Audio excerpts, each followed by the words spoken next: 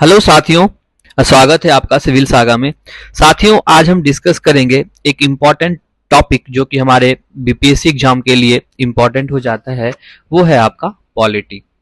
Polity में जो आज हम डिस्कस करेंगे वो पॉलिटी होगा आपका एडमिनिस्ट्रेशन से रिलेटेड। ठीक है, एडमिनिस्ट्रेशन, पेन ले लेता हूं मैं। Administration,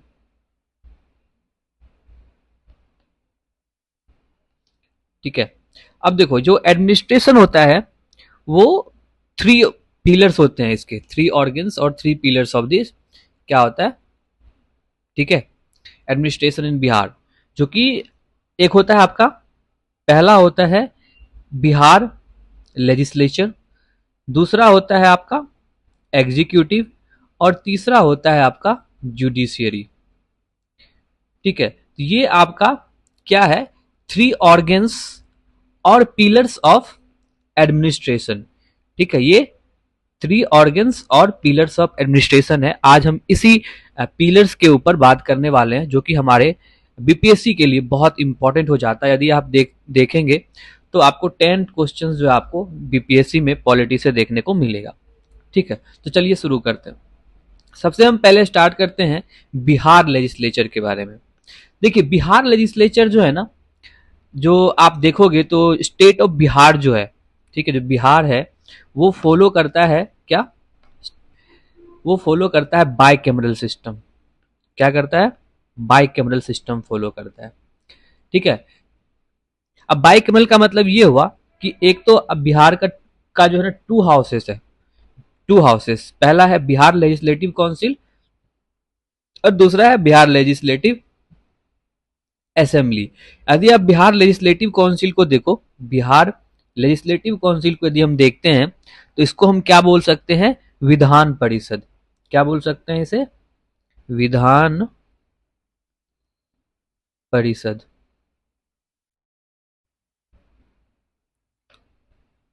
sorry guys, Vidhan Parishad.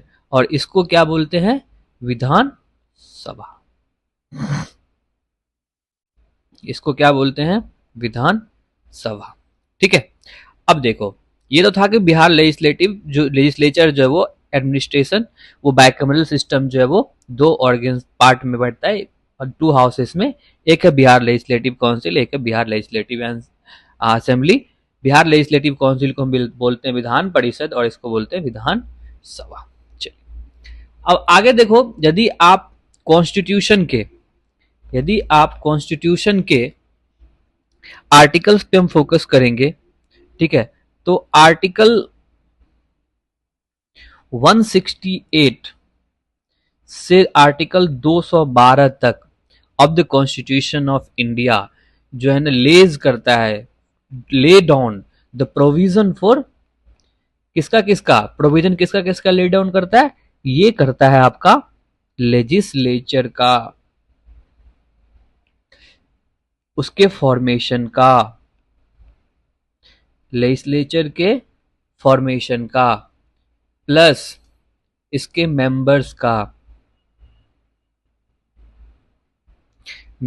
का लेजिस्लेचर फॉर्मेशन मेंबर। अब आता है, उसके बाद क्या आता है, इलेक्शन का। ठीक है, बिजनेसेस, डिजोल्यूशन पावर एटसेट्रा। तो आर्टिकल जो 168 से 212 है वो डील करता है किससे, लेजिस्लेचर, उसके फॉर्मेशन, उसके कितने मेंबर होने चाहिए, इलेक्शन कैसे होगा, बिजनेसेस कैसे चलेंगे हाउस के, डिजोल्यूशन कैसे होगा, पावर क्या होगा एटसेट्रा, जो आपका आर्टिकल 168 से आर्टिकल 212 के अंदर आपको ये देखने को मिलेगा। ये था आपका बिहार लेजिस्लेचर के बारे में। तो चलिए, सबसे पहले हम डिस्कस करते हैं बिहार लेजिस्लेटिव काउंसिल के बारे में, यानी कि विधान परिषद के बारे में। देखिए, विधान परिषद को क्या कहा जाता है, बिहार लेजिस्लेटिव काउंसिल, यानी कि विधान परिषद को कहा जाता है लेजिस्लेटिव काउंसिल। ठीक है, जो आर्टिकल 169 है, यानी कि आर्टिकल 169 ऑफ द कॉन्स्टिट्यूशन कहता है for the establishment of legislative council. तो याद रखिएगा, आर्टिकल 169 किसकी बात करता है, फॉर्मेशन ऑफ लेजिस्लेटिव काउंसिल। अब देखिए, election of the legislative council जो होता है, ये क्या होता है, इनडायरेक्ट होता है। इनडायरेक्ट का मतलब ये होता है कि हम जो आम आदमी हैं वो डायरेक्ट इलेक्शन पे पार्टिसिपेट नहीं करते हैं, बल्कि जो हम जिसको नॉमिनेट करते हैं, हम जिसको इलेक्ट करते हैं, वो ऑन बिहाफ ऑफ हमारे जो है वो क्या करता है, लेजिस्लेटिव काउंसिल के मेंबर को इलेक्ट करता है। यानी कि हम डायरेक्टली इन्वॉल्व नहीं होते, हम इनडायरेक्टली इन्वॉल्व होते हैं। तो इसका मतलब ये हुआ कि लेजिस्लेटिव काउंसिल के जो मेंबर्स होते हैं उनका इलेक्शन क्या होता है, इनडायरेक्ट होता है। ठीक है, the members are elected by means of single transferable vote through proportional representation. ठीक है, देखिए, members nominated by means of single transferable vote through proportional representation. ठीक है, ये इस तरह क्या होता है, नॉमिनेट होते हैं members of Bihar legislative council और कोई भी लेजिस्लेटिव काउंसिल। मैं यहाँ पे बिहार को फोकस कर रहा हूं क्योंकि मैं बिहार के बारे में पढ़ा रहा हूं। ठीक है, अगला देखिए,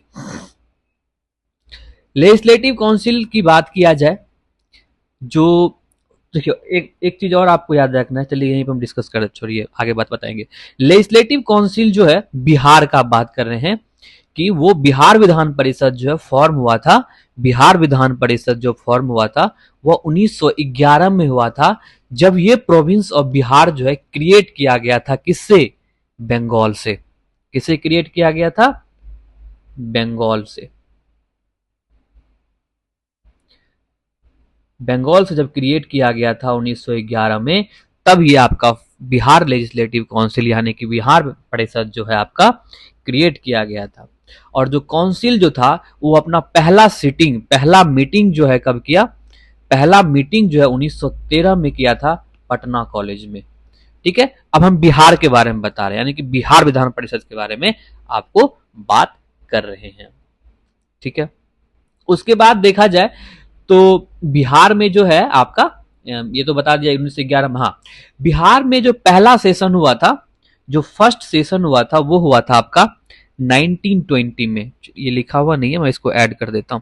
जो पहला क्या हुआ था, ये सेशन हुआ था, शुरू हुआ था, वो हुआ था 1920s में, वो पहला सेशन हुआ था। तभी जो था उस वक्त कितने मेंबर थे, 43 मेंबर थे लेजिस्लेटिव काउंसिल के। ठीक है, जब इसको कन्वर्ट किया गया, जब लेजिस्लेटिव काउंसिल को कन्वर्ट किया गया किसमें, अपर हाउस में। ठीक है, तो उस वक्त 1936 में इसको क्या किया गया, अपर हाउस में कन्वर्ट किया गया। ठीक है, जब बिहार को ना स्टेटहुड मिला, स्टेटहुड 1936 में मिला, जब इसको सेपरेट किया गया उड़ीसा से। और उड़ीसा से जो सेपरेट हुआ था, ये कैसे हुआ था, कौन से एक्ट के अंदर, ये हुआ था आपका गवर्नमेंट ऑफ इंडिया एक्ट 1919 के अंदर जो है ये उड़ीसा से सेपरेट हुआ था, फिर इसको स्टेटहुड मिला था। ठीक है, ये था आपका कुछ फैक्ट। अब देखिए, अब बात करते हैं कुछ कि देखिए मेंबर्स के बारे में। यदि आप मेंबर्स को देखो, जो आउट ऑफ टोटल मेंबर्स होते हैं लेजिस्लेटिव काउंसिल के, उसमें से जो 5/6 होता है वो क्या होता है, इलेक्ट किया जाता है। 5/6 जो होता है, टोटल 6 में से 5/6 जो है वो इलेक्ट किया जाता है, और 1/6 जो है नॉमिनेट किया जाता है। किसके द्वारा नॉमिनेट किया जाता है, गवर्नर के द्वारा। ठीक है दोस्तों, ये किसके द्वारा नॉमिनेट किया जाता है, गवर्नर क्या करता है, 1/6 मेंबर को नॉमिनेट करता है। ठीक है, अगला, और 1/3 ऑफ इट्स मेंबर, जो 1/3 मेंबर होता है, 1/3 मेंबर जो होता है लेजिस्लेटिव काउंसिल का, वो क्या होता है, एवरी सेकेंड ईयर क्या होता है, रिटायर होता है। सो लेजिस्लेटिव जो काउंसिल है वो क्या है, एक परमानेंट हाउस है, ना कि सब्जेक्ट टू डिसोल्यूशन है। यानी कि जो अपर हाउस है, लेजिस्लेटिव काउंसिल है, वो क्या होता है, डिसॉल्व नहीं होता है, बल्कि क्योंकि ये परमानेंट हाउस होता है। और इसके मेंबर जो 1/3 होते हैं, हर 2 साल में क्या होता है, ये रिटायर होता है। ठीक है, इतना तक कोई इशूज हो तो आप कमेंट सेक्शन में कमेंट कर सकते हो। चलिए आगे बढ़ते हैं। अब चलिए बिहार के लेजिस्लेटिव काउंसिल के कंपोजिशन के बारे में बात करते हैं। देखिए, यदि हम बिहार के लेजिस्लेटिव काउंसिल की बात करें, जो 1/12 होता है, ठीक है, 1/12 जो है वो इलेक्ट किया जाता है ग्रेजुएट्स के द्वारा of 3 years, graduates of 3 years standing and residing with in the state. ठीक है, तो याद रखिएगा graduates of 3 years standing and residing in the state 1/12 ये क्या करते हैं, इलेक्ट करते हैं। प्लस 1/12 और जो है वो टीचर्स क्या करते हैं, इलेक्ट करते हैं of 3 years standing in the state not lower in the standard than secondary school. Secondary school से लोअर वाले टीचर नहीं करते हैं, ठीक है, वो करते हैं स्टैंडिंग इन 3 इयर्स, ठीक है, in the state are not lower than किसके दो, not lower than secondary school. तो ये था आपका 1/12 ग्रेजुएट्स, 1/12 टीचर्स। ठीक है, अब आता है 1/6 जो बता दिया मैंने कि सॉरी ये दूसरा वाला है। 1/6 जो होता है वो क्या किया जाता है, नॉमिनेट किया जाता है किसके द्वारा, गवर्नर जी के द्वारा, इन जो कि फील्ड कौन कौन से फील्ड में क्या होते हैं, महारत होते हैं, जैसे आर्ट में हो गए, कोई साइंस में हो गया, लिटरेचर में हो गया, सोशल साइंस में हो गया और कोऑपरेटिव में हो गया। देखिए आपसे यहाँ सवाल पूछ सकता है, बन सकता भी है, जो गवर्नर जो नॉमिनेट करते हैं बिहार लेजिस्लेटिव काउंसिल में वो कौन कौन से फील्ड से पर्सन को नॉमिनेट कर सकते हैं। तो आपको याद रखना है art, science, literature, social science and cooperative. ठीक है, अगला 1/3 जो मेंबर होते हैं वो इलेक्ट होते हैं legislative assembly of the state, member of the legislative assembly state amongst person who are not member of the assembly. ठीक है, और उसके बाद 1/3 जो इलेक्ट होते हैं वो लोकल बॉडीज के द्वारा होते हैं, लाइक म्यूनिसिपैलिटीज, ठीक है, और डिस्ट्रिक्ट बोर्ड एटसेट्रा। ठीक है, आगे चलिए। 5th बेसिक तो मैंने ऑलरेडी बता दिया, ये डायरेक्टली इलेक्ट किया जाता है। अब चलते हैं qualification of member of legislative council की, क्या क्या क्वालिफिकेशन है कि आप मेंबर बन सकते हैं लेजिस्लेटिव काउंसिल के। देखिए आर्टिकल 173 ऑफ द कॉन्स्टिट्यूशन कहता है, mentions the, article 173 of the constitution mention करता है qualification required to become a member of legislative council. अब चलिए क्या क्या क्वालिफिकेशन है। पहला क्वालिफिकेशन आर्टिकल 173 के अंदर यह बताया गया है कि जो क्वालिफिकेशन है should not less than 30 years of age, यानी कि आपको 30 इयर्स प्लस होना पड़ेगा आपको लेजिस्लेटिव काउंसिल के मेंबर को बनने के लिए, उससे कम में आप क्वालिफाई नहीं करेंगे। दूसरा नॉर्मल सिंपल है, सिटीजन ऑफ इंडिया आपको होना पड़ेगा, his or she should be a citizen of India.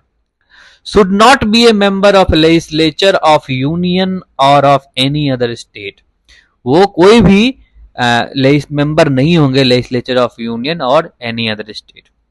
उसके बाद must not hold office of profit, office of profit नहीं, और एक लास्ट और भी इसमें एक ऐड हो सकता है, should not be a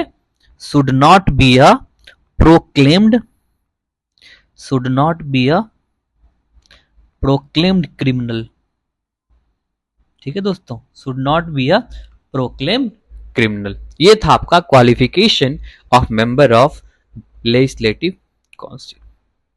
हमने लेजिस्लेटिव काउंसिल के बारे में बात कर लिया, इससे ज्यादा यहां से क्वेश्चन पूछती नहीं है। अब बात करते हैं बिहार लेजिस्लेटिव असेंबली के बारे में। देखिए बिहार लेजिस्लेटिव असेंबली यानी लेजिस्लेटिव असेंबली को क्या कहा जाता है, विधान सभा। तो विधान सभा को ही लेजिस्लेटिव असेंबली भी कहा जाता है।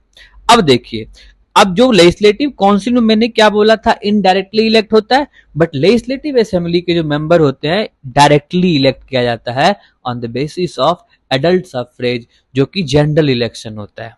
ठीक है, जो हम एज ए जो 18+ होते हैं वो लोग क्या करते हैं, वोट करते हैं। तो ये भी याद रखना है कि ये नहीं कि सब कोई कर सकते हैं, 18+ जिसका वोटिंग लिस्ट में नाम होता है। अब देखिए बिहार के जो लेजिस्लेटिव असेंबली है वो सबसे पहले एग्जिस्ट हुआ था, कब आया था एग्जिस्टेंस, 1937 में, जब आफ्टर जब बिहार को क्या हुआ था, इससे पहले मैं बताया था 1936 में बिहार को क्या हुआ था, स्टेटहुड मिला था, जब ये उड़ीसा से सेपरेट हुए थे। ठीक है, तो 1936 में इसका क्या हुआ था, legislative assembly came into existence. After claim attaining the statehood in 1936 and it's separation from Orissa. ठीक है, अगला उतना तभी का स्ट्रेंथ कितना था उतना मुझे नहीं लगता है कि इंपॉर्टेंट होगा, तो हम आगे चलते हैं। और जो पहला जनरल इलेक्शन हुआ था वो बिहार में 1952 में हुआ था, याद रखिएगा, फर्स्ट जनरल इलेक्शन बिहार में हुआ था 1952 में। जब तभी उसका मैम स्ट्रेंथ 331 था, फिर उसको रिड्यूस किया गया 318 में, फिर जब झारखंड से सेपरेट हुआ तब उसका जो है स्ट्रेंथ क्या किया गया 243। तो याद रखिएगा अभी जो बिहार लेजिस्लेटिव असेंबली का स्ट्रेंथ है वो कितना है 243। ठीक है, 243। आगे बात करते हैं, देखिए और ठीक है, उसके बाद बात करते हैं कि चेयरमैन, डिप्यूटी स्पीकर, सारे हम अभी बात करेंगे आगे। Functions and power of Bihar legislative assembly. देखिए फंक्शंस क्या होते हैं उसके लेजिस्लेटिव असेंबली के, कि मेक लॉ, कानून बनाना, ठीक है, इंटरिम बजट पास करना, मनी बिल को इंट्रोड्यूस करना, लॉ रिलेटेड टू स्टेट और कंकरेंट लिस्ट करना। वो तो उतना इंपॉर्टेंट नहीं है, जनरल है, आप याद कर लोगे। जो इंपॉर्टेंट है मैं उसके बाद डिस्कस करूंगा। अब आते हैं qualification of member of legislative assembly और बिहार लेजिस्लेटिव असेंबली। यदि आप क्वालिफिकेशन की बात करो तो आर्टिकल 173 में ये मेंशन किया गया है कि पहला कि ये should be a citizen of India और उसका age below 25 years of age नहीं होना चाहिए, and should possess other qualification जो कि प्रिस्क्राइब शुड बी प्रिस्क्राइब्ड, और प्रिस्क्राइब्ड किया जाता है पार्लियामेंट के द्वारा। ठीक है, इतना समझ गए। अगला, अब चलिए स्पीकर्स के ऊपर बात करते हैं। देखिए आर्टिकल स्पीकर्स की जब बात करते हैं तो ये आर्टिकल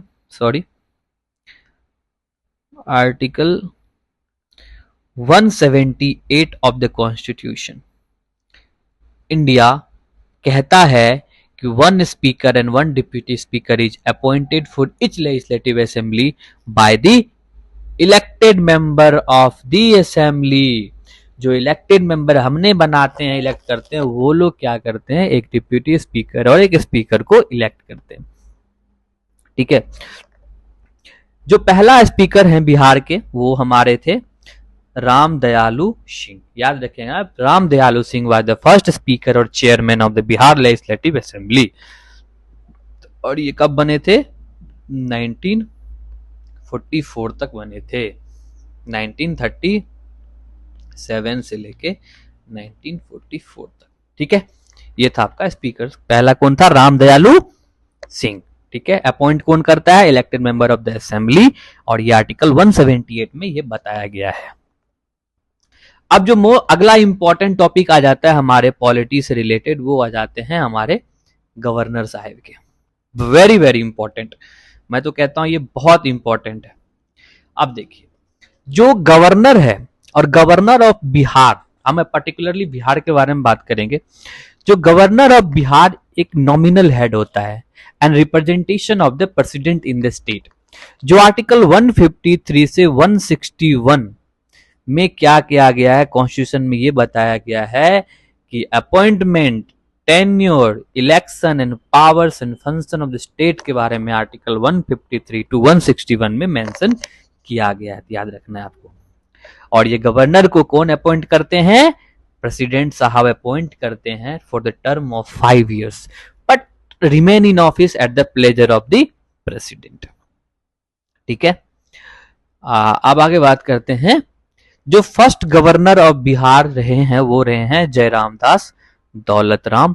ठीक है, फर्स्ट गवर्नर ऑफ बिहार कौन है, जयराम दास दौलत राम थे। और अभी के जो गवर्नर है वो हैं राजेंद्र विश्वनाथ अर्लेकर जी। ये हमारे महानुभाव जी हैं, राजेंद्र विश्वनाथ अर्लेकर जी। चलिए, ये तो आपको फैक्ट था। ठीक है, अब बात करते हैं कि क्वालिफिकेशन क्या है हमारे प्रेसिडेंट साहब के, सॉरी गवर्नर साहब के। देखिए, कॉन्स्टिट्यूशन में सिर्फ 2 ही चीज मेंशन किया गया है। क्वालिफिकेशन की बात करें ना, तो जो कॉन्स्टिट्यूशन में है, कॉन्स्टिट्यूशन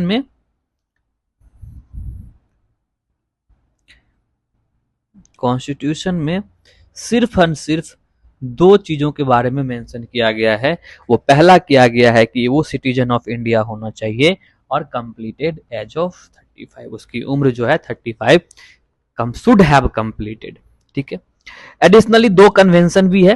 पहला कन्वेंशन ये है कि जब गवर्नर जो होते हैं वो आउटसाइडर होंगे, that is he should not belong to the same state where he is appointed, so वो लोकल पॉलिटिक्स से फ्री हो, ठीक है, तो थोड़ा बायस ना हो, उसके लिए ये कन्वेंशन है, ऐसा कोई लॉ और कानून और कॉन्स्टिट्यूशन में ऐसा नहीं दिया गया। दूसरा है कि president is required to consult chief minister of a state concern, जब वो गवर्नर को अपॉइंट करेंगे, ठीक है। ये दो है, ऐसा होता नहीं है, बहुत बार इसको वायलेट किया गया है, ठीक है। चलिए आगे क्या क्या कंडीशन है ऑफिस ऑफ द गवर्नर। पहला कि ही should not be a member of इधर हाउस ऑफ पार्लियामेंट और house of state legislature. Governor जो है मेंबर नहीं होना चाहिए किसका, पार्लियामेंट के कोई भी हाउस के और स्टेट लेजिस्लेचर के। पहला कंडीशन ये रहा आपका। बट दूसरा कंडीशन है he should not hold any office of profit. तीसरा है he is entitled to such emoluments, और ये अलाउंस प्रिविलेजेस जो कि क्या डिटरमाइंड होती है, पार्लियामेंट के द्वारा। चौथा, ये राजभवन में फ्री ऑफ कॉस्ट मजे करेंगे भाई, विदाउट रेंट। ऑफिशियल रेसिडेंस होता है राजभवन में, जो मन तो अय्यासी, सॉरी मेरा वर्ड गलत था, मैं अपना बात। और पार्लियामेंट जो है इसके कोई भी जो प्रिविलेजेस है वो जब तक ये ऑफिस में रहेंगे वो क्या कर सकते हैं, डिमिनिश नहीं कर सकते, ठीक है। ये था आपका condition of the governor office. चलिए अगला बात करते हैं। टर्म ऑफ जो गवर्नर ऑफिस होता है वो 5 साल का होता है, लेकिन उससे पहले भी इसको चेंज किया जा सकता है, कर सकते हैं, ठीक है। ये प्रेसिडेंट के ऊपर, और ये रिजाइन कर सकते हैं कभी भी, किसको, लेटर टू द प्रेसिडेंट को रेजिग्नेशन दे सकते हैं, याद रखिएगा। ये रेजिग्नेशन किसको देते हैं, प्रेसिडेंट को देते हैं, ठीक है। अगला अब बात करते हैं प्रेसिडेंट रूल इन बिहार। देखिए क्वेश्चन आ सकता है, चांसेस है, ठीक है। देखिए फर्स्ट टाइम जो वो बिहार में प्रेसिडेंट रूल लगा था वो लगा था 29 जून 1968 को, और ये लगा था ड्यू टू पॉलिटिकल इनस्टेबिलिटी। देखिए पॉलिटिकल इनस्टेबिलिटी इसलिए हुआ था क्योंकि तभी ना के टाइम पे जो है ना आपका जो गवर्नमेंट था वो कॉलिशन गवर्नमेंट था, और जो तभी के सीएम थे भोला पासवान शास्त्री जी थे, और गवर्नर थे नित्यानंद कनूको। देखिए पूछा जा सकता है आपके कि बिहार में अब तक कितने प्रेसिडेंट रूल लगे, तो वो टोटल 8 बार लगे हैं, याद रखिएगा। कितने बार लगे हैं, टोटल 8 टाइम्स आपको प्रेसिडेंट रूल बिहार में लगे हैं। पहला लगा था 1968, फिर 69, 72, 77, 80, 95, 99 एंड 2005, यानी कि टोटल कितने बार लगे हैं, प्रेसिडेंट रूल 8 बार लगे। अब चीफ मिनिस्टर साहब आर्टिकल 164 के अंदर बताया गया है, आर्टिकल 164 के अंदर क्या बताया गया है कि article 164 says that chief minister shall be appointed by governor. तो चीफ मिनिस्टर किसके द्वारा अपॉइंट होते हैं, गवर्नर के द्वारा। In accordance with the conviction of the parliamentary system of the government, the governor has to appoint the leader of the majority party in the state legislature assembly as the chief minister. जिस party के पास ज्यादा majority होगा उस party से वो CM को appoint करते हैं। जब कोई भी पार्टी के पास क्लियर मेजोरिटी असेंबली में नहीं होता है तब गवर्नर क्या करता है, पर्सनल डिस्क्रिएशन यूज करता है चीफ मिनिस्टर को अपॉइंट करने में, ठीक है। गवर्नर जो अपॉइंट करते हैं चीफ मिनिस्टर वो क्या है, चीफ मिनिस्टर जी collectively responsible to the legislative assembly. इनका टर्म 5 साल के होते हैं सब्जेक्ट, और ये ओथ किसको देता है, गवर्नर को देता है, ठीक है। इतना समझ गए, ठीक है। और फर्स्ट चीफ मिनिस्टर जो थे आपके वो कौन थे, फर्स्ट चीफ मिनिस्टर आपके श्री कृष्णा सिंह जी, आपके first chief minister of Bihar Shri Krishna Singh. Bihar का पहला कैबिनेट 1946 में हुआ था जिसमें कि सीएम और डिप्यूटी सीएम के बारे में बात करें। सीएम थे श्री कृष्णा सिंह और अनुग्रह नारायण सिन्हा डिप्यूटी सीएम थे, ठीक है। काउंसिल ऑफ मिनिस्टर आर्टिकल 163 में ये कहा गया है कि there shall be a council of minister. Article 163 कहता है there shall be a council of minister with the chief minister as the head to aid and advise the governor in the exercise of his function. Article 164 कहता है council of minister shall hold office during the pleasure of the governor. ठीक है, ये था आपका council of minister. Council of minister से related एक जो इंपॉर्टेंट हो जाता है आपका, एक अमेंडमेंट हुआ था, वो हुआ था 91st कॉन्स्टिट्यूशनल अमेंडमेंट एक्ट, शायद 2003 में। सो हाँ, इसमें ये बोला गया था कि जो काउंसिल ऑफ मिनिस्टर हैं उसके जो मिनिस्टर होंगे, total member of the council of minister जो होगा वो क्या होगा, should not exceed 15%। Council of minister जो मेंबर हैं, काउंसिल ऑफ मिनिस्टर्स का जो वो है मेंबर्स, वो एक्सीड नहीं होना चाहिए 15% से ज्यादा। ठीक है, और 15% से ज्यादा और नॉट लेस देन 12%, ये भी याद रखना है। होप दोस्तों ये और साथियों ये वीडियो आपको अच्छा लगा होगा, आपके शायद काम आ जाए बिहार के असेंबली मतलब बीपीएससी के लिए। और इसको हम कंटिन्यू करेंगे अपने अगले पार्ट में, जिसमें कि हम बात करेंगे जुडिशरी के बारे में। ठीक है, इसमें हम बात करेंगे जुडिशियरी के बारे में। ठीक है, जुडिशरी में जब हम बात करेंगे तो उसमें स्टेट हाई कोर्ट के बारे में बात करेंगे, लोकायुक्ता के बारे में बात करेंगे। ठीक है, सबऑर्डिनेट कोर्ट की डिस्ट्रिक्ट कोर्ट, लोकायुक्ता इन बिहार, सब के बारे में हम इसमें जो अगला जो हमारा टॉपिक होगा, पार्ट होगा, उसमें पॉलिटी को कंटिन्यू करेंगे, यानी कि हम अगले पार्ट 2 में जो इसको कंप्लीट फिनिश कर देंगे। ठीक है, यदि आपको वीडियो अच्छा लगा और आशा करते हैं कि अच्छा लगना चाहिए, तो आप अपने दोस्तों के साथ शेयर कीजिए, और आपका लाइक हमारा वही हमारे लिए क्या है, आपका फी होगा। थैंक यू सो मच, मिलते हैं अपने अगले पार्ट में।